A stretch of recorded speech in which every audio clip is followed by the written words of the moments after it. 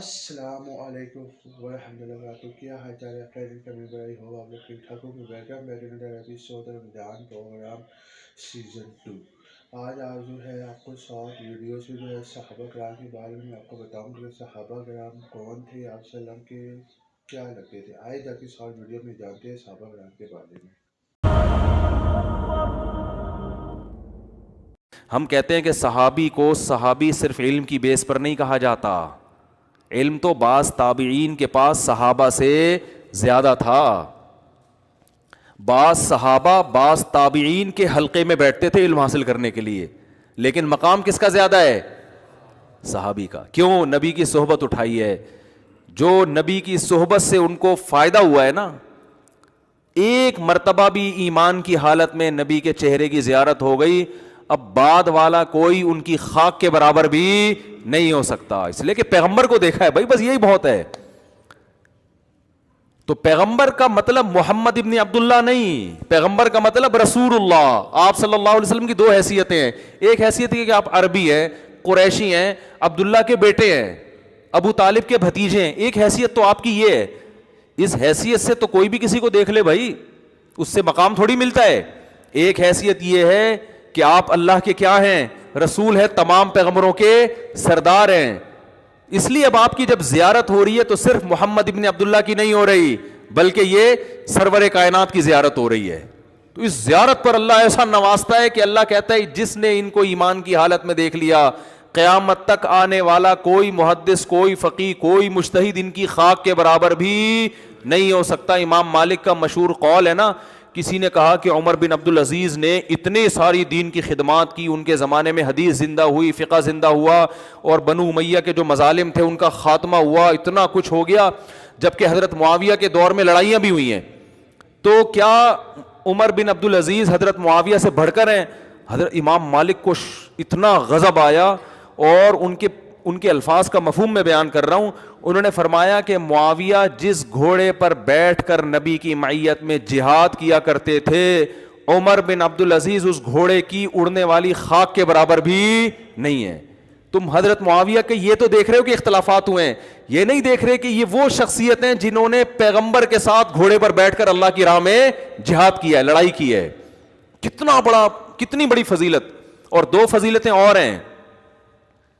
ایک تو صحابی ہونے کی فضیلت ہے، ایک نبی کی معیت میں جہاد کی فضیلت. ایک اس سے بھی اہم ترین فضیلت یہ ہے کہ رسول اللہ صلی اللہ علیہ وسلم نے فرمایا، ابو داؤد کی حدیث ہے، ان احق الذی اکرم بہ الرجل ابنتہ او اختہ. سب سے زیادہ قابل احترام وہ شخص ہے، بلکہ یہ بھی نہیں فرمایا کہ سب سے زیادہ قابل احترام وہ شخص ہے جس کی بہن یا بیٹی تمہارے نکاح میں ہو. یہ الفاظ نہیں ہیں. فرمایا کسی کا کہ اکرام کی بہت ساری وجوہات ہوتی ہیں. جب آپ کسی کو عزت دیتے ہیں تو بہت ساری وجوہات ہوتی ہیں.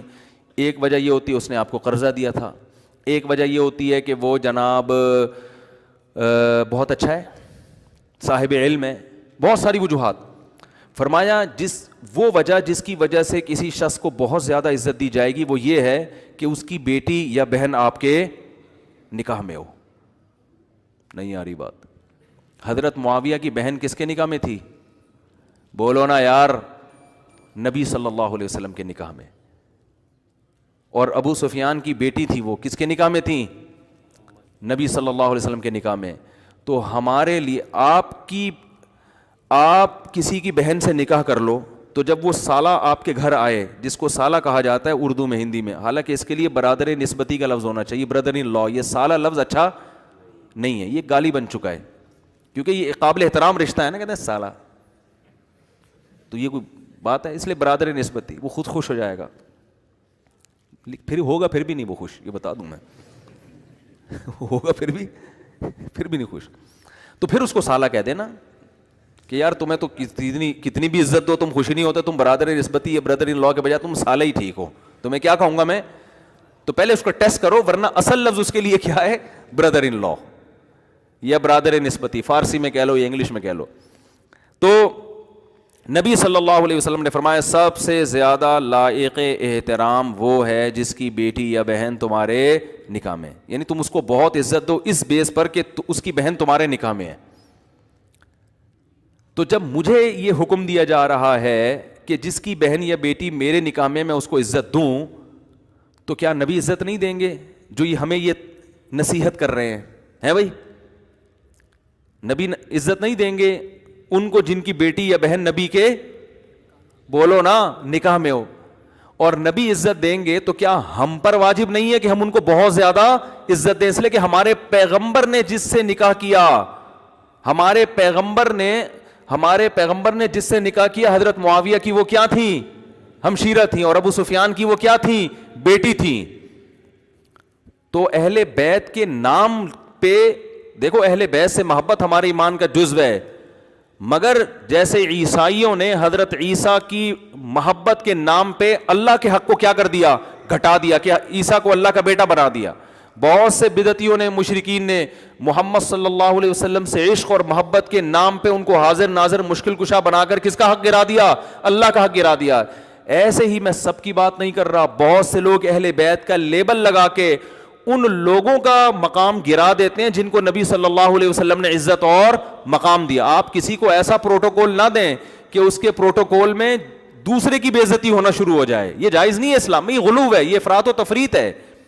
ہم مانتے ہیں کہ حضرت علی کا مقام حضرت معاویہ سے بہت بہتر ہے، صرف تھوڑا نہیں بلکہ بہت زیادہ بہتر ہے، کیونکہ حضرت علی نبی کے خونی رشتہ بھی قریبی ہے اور پھر نبی کے داماد ہیں۔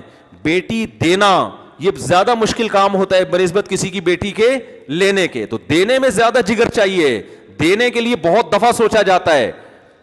تو اس لیے نبی صلی اللہ علیہ وسلم نے جو عزت حضرت علی کو دی اتنی حضرت معاویہ کو نہیں دی، لیکن اس کا یہ مطلب نہیں ہے کہ حضرت معاویہ قابل عزت نہیں تھے۔ حضرت علی کا مقام بہت اونچا ہے، مگر حضرت معاویہ کا مقام بھی کم نہیں ہے، نہ حضرت ابو سفیان کا مقام کم ہے۔ تو میں بات کر رہا تھا صحبت کی، تو صحابی رسول کو یہ پروٹوکول کیوں ملا؟ اس لیے کہ انہوں نے پیغمبر صلی اللہ علیہ وسلم کی صحبت اٹھائی۔